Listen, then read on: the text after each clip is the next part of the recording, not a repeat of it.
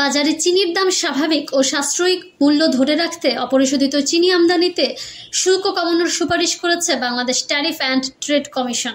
জাতীয় রাজস্ব বোর্ডে পাঠানোর চিঠিতে অপরিশোধিত ও পরিশোধিত চিনি আমদানিতে বিদ্যমান নিয়ন্ত্রণমূলক শুল্ক আরডি 30% থেকে হ্রাস করে 15% নির্ধারণ করার সুপারিশ করেছে প্রতিষ্ঠানটি।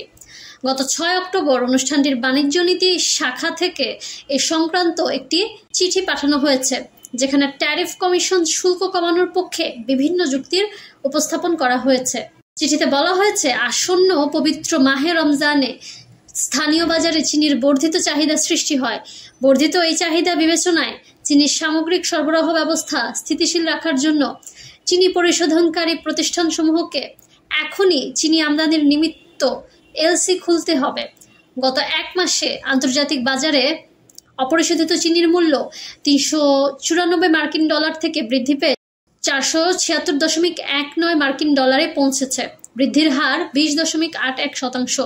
আন্তর্জাতিক বাজারে চিনির মূল্য বৃদ্ধি পাওয়ার এবং আসন্ন পবিত্র রমজানে যৌক্তিক মূল্যে চিনি সরবরাহের নিমিত্তে শুল্ক হ্রাসের বিষয়টি বিবেচনা করা প্রয়োজন।